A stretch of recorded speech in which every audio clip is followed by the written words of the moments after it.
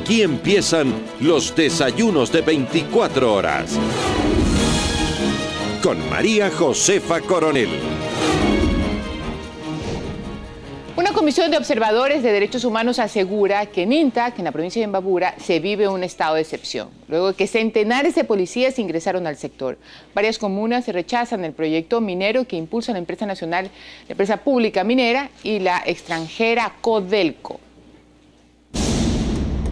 La tranquilidad característica del Valle Intac en la provincia de Imbabura quedó atrás. Su gente denuncia que ahora la policía controla la zona. Aseguran que todo empezó el pasado 8 de mayo cuando miembros de la policía y de la empresa nacional minera ingresaron a la comunidad de Junín. Ningún campesino puede circular si no tiene el documento, la cédula a la mano. Según la Comisión de Observadores de Derechos Humanos, lo que se vive en Intac es un estado de excepción, por lo que hacen un pedido al gobierno. La comisión rechaza cualquier tipo de violencia y la coerción para llevar a cabo procesos de consulta. Insta al ministro del Interior, José Serrano, que revoque el operativo policial en la zona de Intac y este estado de excepción de facto que se ha instaurado en la comunidad de Junín. De su parte, José Cueva, del colectivo Unidos por el Intac, sostiene que la resistencia a los proyectos mineros se sustenta en estudios ambientales. El estudio de impacto ambiental de los japoneses se detalla, por ejemplo, una afectación drástica al clima local. Se habla incluso de desertificación. También se habla de contaminación de las aguas con metales pesados hasta por 10.000 veces encima de los niveles permitidos. Se habla de contaminación por polvos, por la cantidad de voladuras que existe en el tema de la minería. Asegura además que la empresa minera no ha socializado correctamente el proyecto y que interrogantes básicas no tienen respuesta. ¿Qué va a pasar con, por ejemplo, el drenaje ácido de minas?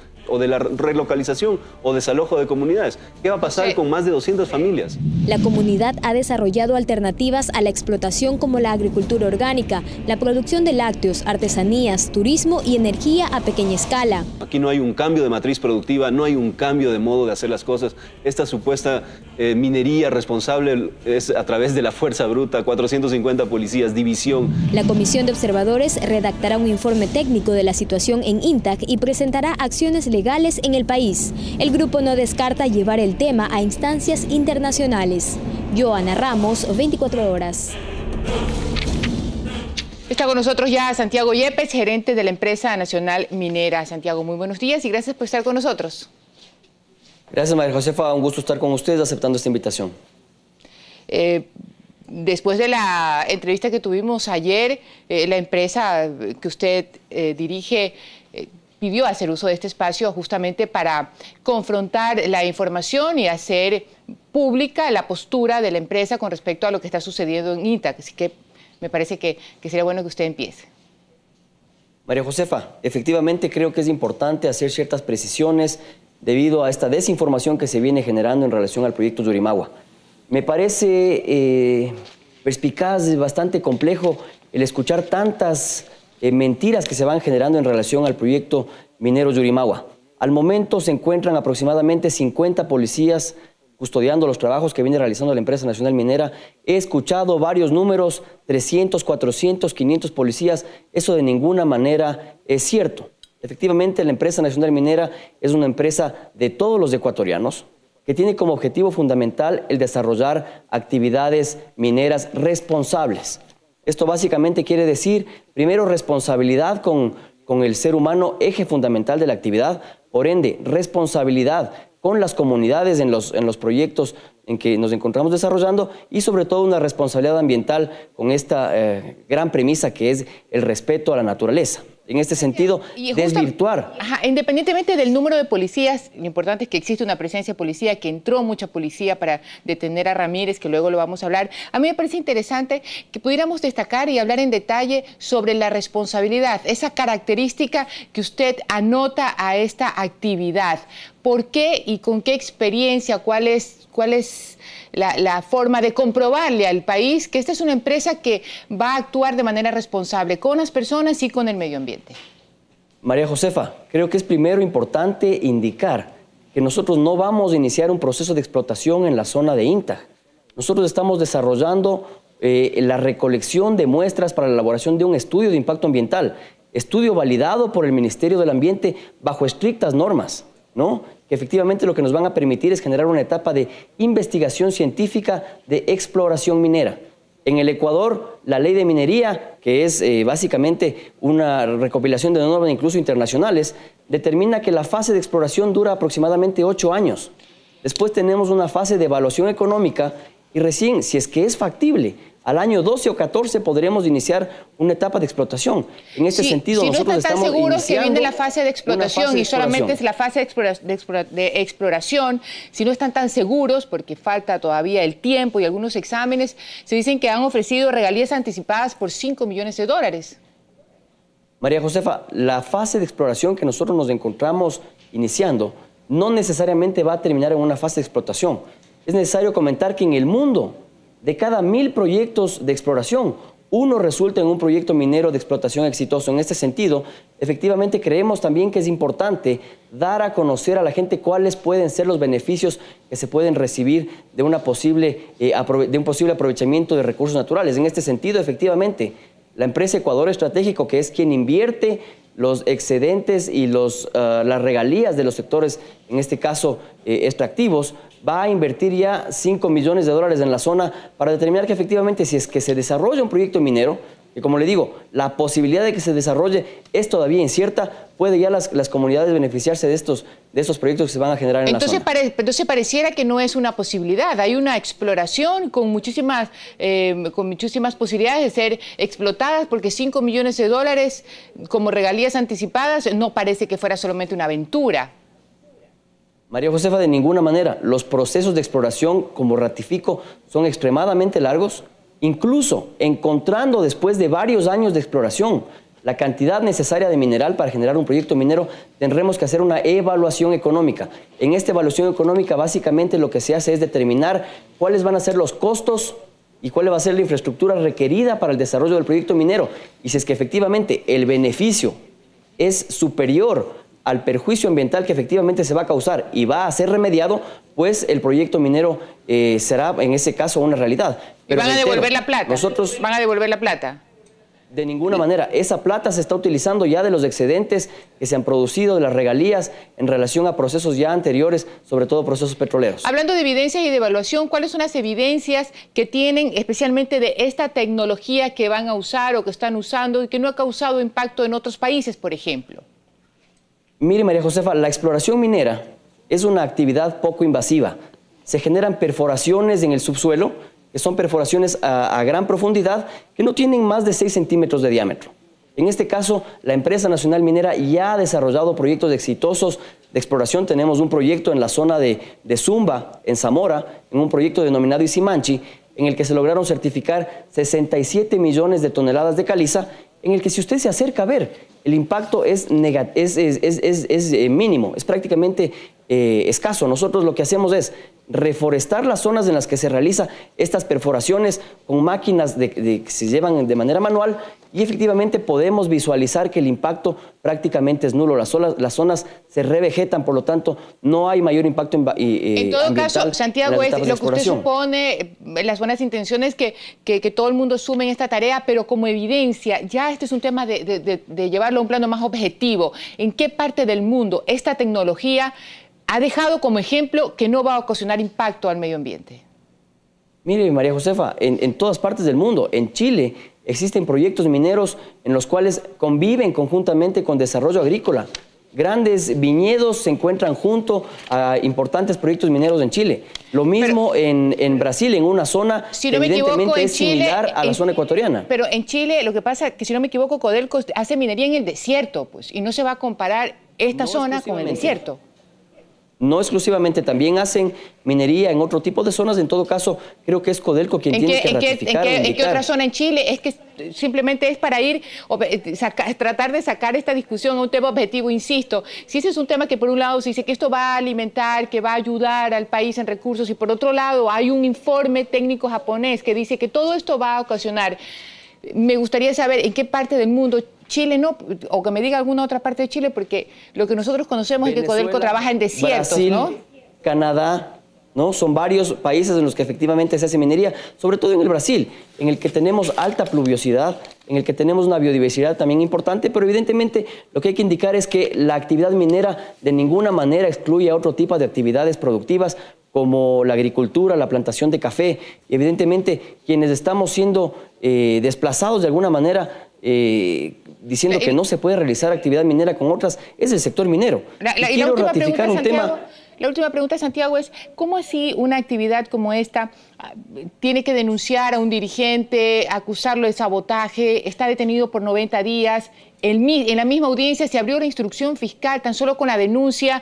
Me pregunto yo cuáles son las pruebas para poder abrir un juicio. Sí. La presión de la justicia y la presión de la fuerza pública, esa es una forma de sociabilizarlo. La desinformación creo que es bastante compleja y veo que es importante aquí. No, yo de tengo ninguna aquí, manera se ha determinado que es terrorismo o sabotaje. No, aquí está la Fiscalía, aquí, por favor. En penal, la cámara pongamos aquí el reporte de la Fiscalía con respecto a lo sucedido, que inmediatamente se hizo la denuncia a la empresa y luego apareció la instrucción fiscal de inmediato. Son María copias Josefa, usted de la es Fiscalía. abogada. Sí, le permito que me deje también emitir mi criterio. Usted es abogada. De ninguna manera es terrorismo y sabotaje, es rebelión. Yo le estoy entregando el día de hoy también los mismos documentos para que usted pueda visualizar cuál es el tipo penal que se ha ejecutado en este caso. Pero efectivamente nosotros como ciudadanos ecuatorianos, que también somos los empleados públicos, hemos sufrido agresiones no solamente ahora, en noviembre, en febrero. El 6 de abril se provocó un atentado de parte de los señores Ramírez en contra de funcionarios públicos, por lo tanto el delito de rebelión, ¿no? En contra de nuestros bienes, se rompieron nuestros parabrisas. Nosotros justificamos totalmente la presencia de la policía. ¿Cómo puede ser posible, María Josefa, que personas de las comunidades generen esta destrucción para impedir el acceso tranquilo de los funcionarios de la empresa nacional minera? Se provocaron deslaves en la zona para impedir efectivamente este acceso. Entonces, son terroristas, son opositores que queriendo oponerse a un proyecto minero generan este tipo de eventos, ¿no? Javier, también la denuncia habla de atentado contra la vida. ¿Algún empleado público sintió que atentaron contra la vida? María Josefa, el día 6 de abril, los señores Ramírez atentaron contra la integridad de las personas, funcionarios de la empresa nacional minera, impidiendo el paso, lanzando piedras a nuestros vehículos, intentando robarse nuestros equipos, y esto de ninguna manera lo vamos a permitir. Como ciudadanos ecuatorianos que somos, efectivamente, también vamos a hacer precautelar los derechos de nuestros trabajadores. Esta es la foto en la que nosotros estamos ingresando a Junín. ¿Cuántas hay ahí? ¿30 personas? 100, 200, como lamentablemente indican. Veo aquí al señor Polibio Pérez, ¿no? Quien se escuda tras un grupo de mujeres y niños, ¿no? Quisiera que todos leamos el denominado manual antiminero de Zorrilla, que efectivamente va generando ciertos procedimientos para oponerse al desarrollo de proyectos mineros. Santiago, se me acaba el tiempo. María Josefa. Se me acaba el tiempo, pero la verdad, gracias que haya venido. Simplemente ratificar el deseo de las comunidades en participar de los beneficios de un desarrollo de un proyecto minero responsable. De ninguna manera nosotros vamos a causar un impacto ambiental y efectivamente creo que es necesario seguir conversando de estos temas. Evidentemente es importante clarificar aquellos temas como el estudio de impacto ambiental. Públicamente le hago la invitación para que después de unas semanas veamos juntos el avance. Gracias, Santiago. Realmente se me acaba el tiempo y muchísimas gracias nuevamente por estar con nosotros. Nos tenemos que ir a un corte. Reacciones y polémicas por las reformas a la Ley de Seguridad Pública que permite a las Fuerzas Armadas intervenir en temas de seguridad interna. Lo vamos a analizar al volver. Gracias por estar con nosotros.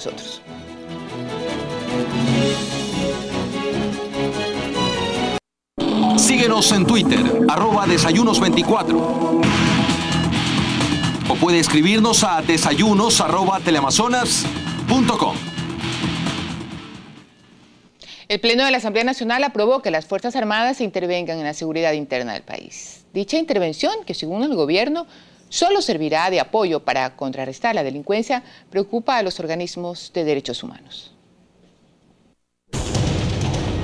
El pasado 15 de mayo, el Pleno de la Asamblea Nacional aprobó el proyecto de reformas a la Ley de Seguridad Pública y del Estado que incluye una nueva facultad a las Fuerzas Armadas. Según el artículo 11 del documento, las Fuerzas Armadas ecuatorianas, sin descuidar su misión fundamental de defensa externa, intervendrán por disposición de la Presidenta o el Presidente de la República en la protección interna, el mantenimiento y control del orden público y seguridad ciudadana. Sin embargo, para este exasambleísta Enrique Herrería, esta facultad viola la Constitución al dar atribuciones no establecidas en la Carta Magna. Al trasladarle estas funciones privativas de la Policía Nacional a las Fuerzas Armadas, se está quebrantando el principio de legalidad establecido en el artículo 226 de la Constitución, que determina que los funcionarios públicos y las instituciones únicamente, dice solamente, ejercerán las atribuciones que estén establecidas en la Constitución. Por lo tanto, la Constitución no autoriza a las Fuerzas Armadas a controlar el orden público. Herrería recuerda además que el entrenamiento que recibe la policía es diferente al de los militares y que la intervención puede tener consecuencias. La policía es un cuerpo armado que tiene entrenamiento para controlar situaciones en las áreas pobladas, entre ciudadanos. Pero el entrenamiento que tienen las Fuerzas Armadas es para combatir al enemigo. Ya no es disuasiva, es letal.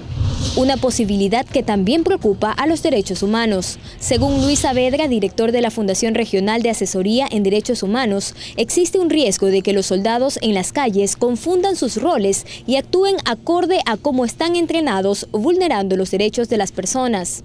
De su parte, la ministra de Defensa, María Fernanda Espinosa, aclara que la Ley de Seguridad Pública no fue creada para que las Fuerzas Armadas cumplan con labores que realiza la Policía Nacional, sino para que ejecuten un trabajo de apoyo.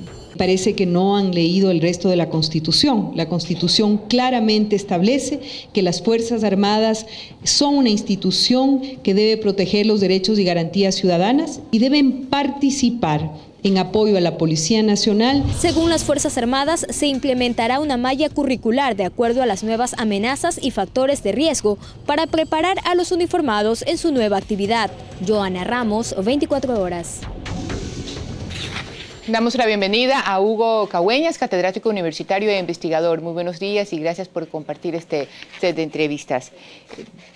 ¿Cuál es su primera impresión frente a esta reforma legal? Considero yo que es necesario hacer un análisis en tres dimensiones. En primer lugar, analizar la motivación, la necesidad que existe atrás de esta norma. En segundo lugar, los parámetros que establece el derecho internacional. Y, en tercera instancia, analizar la normativa interna y, en especial, la Constitución del Ecuador. Respecto a las motivaciones, la reforma y lo que se discutió dentro de la Comisión de Relaciones Internacionales de la Asamblea Nacional fue le denominan dentro del informativo de la Asamblea como un sentimiento de inseguridad, problemas de delincuencia. Es decir, la motivación se da dentro del ámbito de la seguridad interna. Ese es el primer antecedente que tenemos, cuál es la necesidad. Además, se justifica esta necesidad dentro de las atribuciones y responsabilidades de la función ejecutiva frente a la seguridad interna. Eso respecto a la necesidad. Respecto al ámbito internacional es fundamental tener presente que el ámbito tradicional en el cual se han desarrollado las Fuerzas Armadas es en el escenario de un conflicto armado, donde un conflicto en el cual las normas que rigen ese escenario son las establecidas por el derecho internacional humanitario, que protegen a las personas que no participan activamente en los conflictos armados o que han dejado de participar en ellos y limita los métodos y los medios para desarrollar las operaciones militares. Es el espacio tradicional. Sin embargo, es necesario reconocer que existe un ámbito, una zona gris donde hay niveles de violencia armada que alcanzan iguales consecuencias humanitarias, iguales nivel de intensidad, se emplea el mismo armamento y en muchas ocasiones intervienen las Fuerzas Armadas.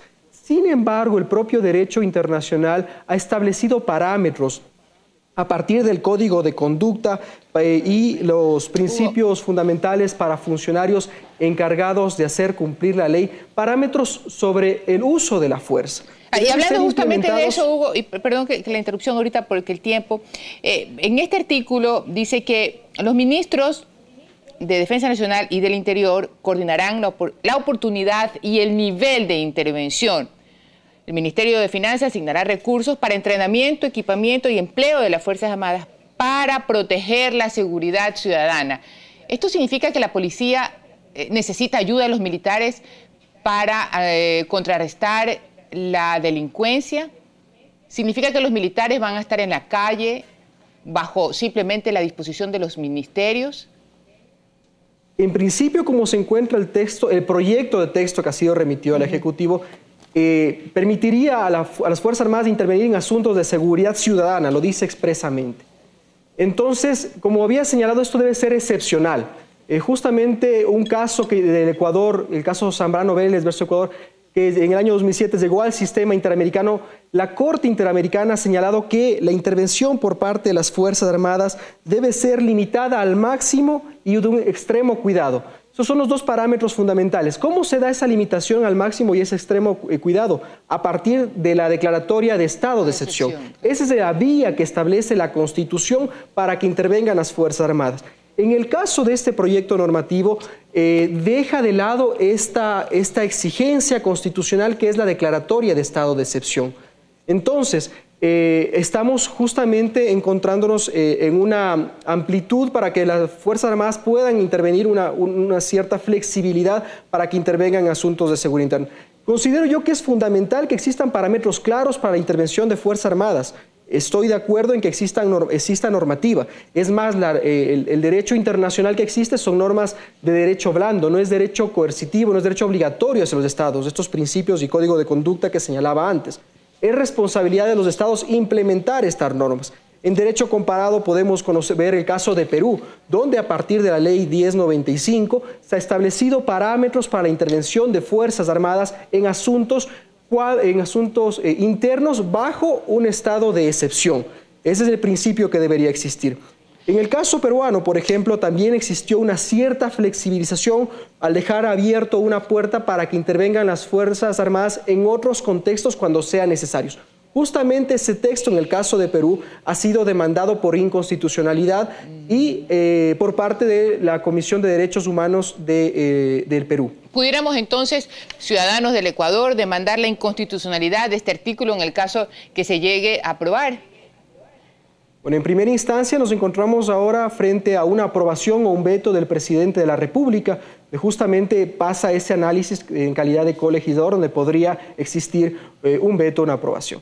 En una eventualidad de aprobación del proyecto normativo, podría existir por parte de organizaciones una demanda y será la Corte Constitucional quien analice si esta norma se ajusta a los parámetros establecidos para la Constitución. Gracias, Hugo, por estar con nosotros. En tal caso estaremos muy pendientes de lo que suceda, porque sí, sin perjuicio de las buenas intenciones que se pueda tener como gobierno para tomar una decisión como esta, lo que va a dejar claro la naturaleza que los mueve son los actos que se hacen en las calles y en los momentos coyunturales.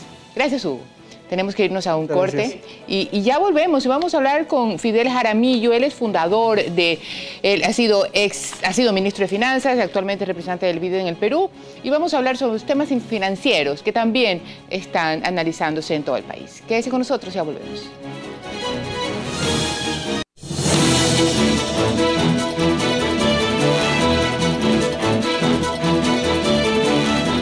Fidel Jaramillo, exministro de Finanzas, exgerente del Banco Central y representante del Banco Interamericano de Desarrollo en el Perú, está con nosotros. Fidel, muy buenos días y gracias por estar aquí. Buenos días, un gusto estar en este programa y un gusto participar en el evento de los 20 años de fundación de la consultora Multiplica, una consultora que ayudé a fundar hace 20 años y que celebra su aniversario en esta ocasión. Y justamente por esa celebración estamos reunidos, Fidel, aquí también para analizar un tema que siempre es tema de análisis de todos los días, y es el avance de la clase media, cómo ha impactado en la clase media las políticas financieras y económicas en los últimos años. Miren, estos últimos 20 años en el Ecuador y en América Latina han sucedido una serie de fenómenos, pero yo creo que una revolución no tan silenciosa es la emergencia de esta nueva clase media. Yo creo que hay un consenso sobre las bondades y los atributos de lo que significa el crecimiento, la expansión de la clase media sobre el desarrollo económico. Hay una serie de estudios que muestran que hay una asociación entre clase media y niveles de educación, niveles de equidad, niveles incluso de estabilidad política y también mayor propensión a la inversión y a la inversión en capital humano. Yo creo que entonces hay en general un consenso de las bondades, de los atributos positivos de la clase media. Hay menos consenso en cómo se define la clase media. Entonces hicimos un estudio básicamente revisando cuáles son esas definiciones. Es un concepto multidimensional, no solamente es el ingreso, sino acceso, por ejemplo, a ciertos niveles de educación, a ciertos activos, vivienda, acceso a servicios básicos, etcétera. Sin embargo, a la vuelta de la esquina lo que prima son razones pragmáticas y definimos siempre el concepto de clase media en base al ingreso. Entonces lo que hicimos es revisemos qué es lo que ha pasado en el Ecuador en los últimos años en respecto a la evolución de la clase media. Y es realmente impresionante. En una década la clase media en Ecuador se ha duplicado. Realmente hemos pasado de alrededor de 2,5 millones de ecuatorianos en este sector a más de 5 millones de personas, de ecuatorianos y ecuatorianas, que están en esta llamada clase media. Aproximadamente un 35% de los ecuatorianos podrían considerarse, de acuerdo a diferentes definiciones, dentro de lo que podemos llamar la clase media. Eso sin duda, Fidel, como lo decía usted al principio, es la consecuencia de esta vinculación sin tanto obstáculo, con cosas como la educación, tener información, a un proceso de educación mucho más integrada, pero sobre todo también la estabilidad política que impacta positivamente. Y bueno, y el Ecuador, independientemente de las características que haya tenido la política, tiene una estabilidad política en los últimos años, sin duda. Sí, detrás de este fenómeno hay una serie de explicaciones. Es algo que está sucediendo no solamente en el Ecuador, en América Latina. La movilidad social y la emergencia de esta nueva clase media es significativa. Mucha gente ha dejado de ser pobre y se está paulatinamente incorporando a la clase media. En el caso del Ecuador, sin duda, una de las explicaciones más importantes es el crecimiento económico, que en los últimos 10 años y especialmente en los últimos 5 o 6 años ha sido bastante significativo. Lo que en este estudio hicimos también es dividimos a la población por los diferentes deciles de ingreso, desde los más pobres hasta los más ricos. Y lo que concluimos es muy interesante en el caso de Ecuador, porque el crecimiento en el país ha sido fundamentalmente pro-pobre. Es decir, el ingreso del decil más pobre de la población ha crecido en aproximadamente al 20%, cuando el promedio nacional es alrededor del 7.8%. Esto es muy importante, es algo que lo diferencia al país de otros países de América Latina y que nos permite concluir, sí, ha habido un crecimiento de la clase media, pero también ha habido un incremento de los ingresos de la población más pobre. No solamente ha sido entonces el crecimiento económico, sino también un conjunto de políticas sociales, políticas públicas, especialmente acceso a educación, salud, también otros programas de transferencias monetarias directas como fue el bono de desarrollo humano. Y justamente iba yo a eso, si el bono de desarrollo humano había sido el que realmente impactaba en ese sector de los más pobres. Uno, ¿es bueno sostenerlo, que se quede ahí? Si no es esa la respuesta, ¿qué tendríamos que hacer para que esa clase media siga consolidándose y especialmente esos más pobres vayan saliendo de la pobreza? Así es, todo el conjunto de políticas públicas, incluyendo el bono de desarrollo humano y las políticas de acceso a educación y salud, se reflejan de manera notable en estas cifras. Es realmente impresionante cuando se ven estas tasas de crecimiento tan significativas en los estratos más pobres. Pero no solo eso, también se ha reducido la polarización. Otro ejercicio que hicimos es dividir el ingreso del estrato más alto, del 10% más rico de la población, y lo dividimos para el promedio del estrato más pobre, el 10% más pobre. Y más o menos en el 2006 era como 36, 37 veces más alto ese ingreso de la población más rico. Sigue siendo alto, pero se ha reducido al 23.9. En definitiva, también este conjunto de dinámicas económicas y sociales ha reducido esa polarización. Pero lo que anotas es fundamental. Creo que el gran desafío para el país y para América Latina es continuar con estas políticas que han reducido notablemente la pobreza, pero fundamentalmente consolidar a esta nueva clase media emergente de tal manera que cualquier choque adverso que pueda existir en el país o en América Latina no haga que esta clase media que ha progresado, que está en los centros comerciales, Fidel, que ha tenido acceso a me quedan 30 segundos. De consumo, y ese no vuelvan a la pobreza. Y ese choque que no queremos que suceda, ¿se advierte en el camino? ¿Hay algún temor que suceda o no? Miren, la América Latina es una región vulnerable a choques, no solamente económicos y financieros, también fenómenos naturales. Yo creo que América Latina se está desacelerando, pero sin duda estamos enfrentando una situación bastante más benigna y estamos más preparados, mejor preparados para enfrentar este conjunto de choques. Los desafíos de política pública precisamente van a apuntar cómo hacemos más resistentes a nuestras economías y a estos nuevos estratos frente a esos choques.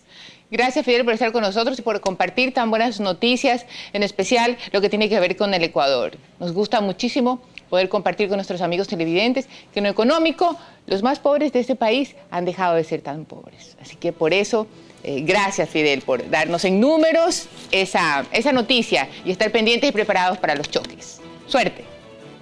Así es, muchas gracias. Gracias por acompañarnos en los desayunos de 24 horas. Que tengan un excelente día.